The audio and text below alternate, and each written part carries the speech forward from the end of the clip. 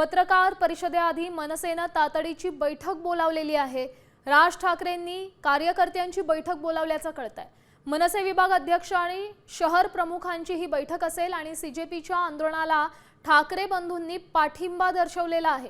पत्रकार परिषदेआधी मनसेनं महत्त्वाची बैठक बोलावलेली आहे।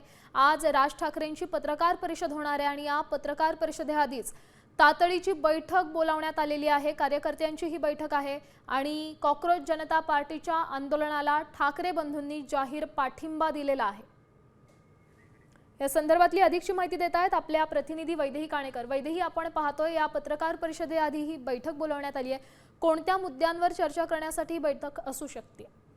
नक्कीच आपण बघतोय की मनसे अध्यक्ष राज ठाकरे यांनी विभाग अध्यक्ष आणि शहर प्रमुख यांची बैठक बोलवलेली आहे। या बैठकीमध्ये महत्त्वाचे काही आदेश राज ठाकरे या आपल्या पदाधिकाऱ्यांना देणार असल्याची माहिती मिळते। सध्या आपण बघतोय की कॉकरोच जनता पक्षाचं मोठं आंदोलन मुंबईमध्ये देखील उभं असलेलं बघायला मिळत आहे। मुलांना ताब्यात घेतले जातात आणि याच पार्श्वभूमीवर मुलांना कशा पद्धतीनं पाठिंबा देण्यात यावा, ताब्यात घेतलेल्या मुलांना कशा पद्धतीनं सोडवण्यात यावं, यासाठी वकिलांची फौज कुठे कुठे तैनात करण्यात येऊ शकते, या सगळ्या गोष्टीचा आढावा आजच्या या बैठकीमध्ये राज ठाकरे घेणार असल्याची माहिती मिळत आहे। तर राज ठाकरे यांनी स्वतः कॉकरोच जनता पक्षाच्या या खरं तर आंदोलनाला पाठिंबा दिलेला बघायला मिळत आहे आणि आज पार्श्वभूमीवर आजची बैठक ही महत्त्वाची मानली जाते।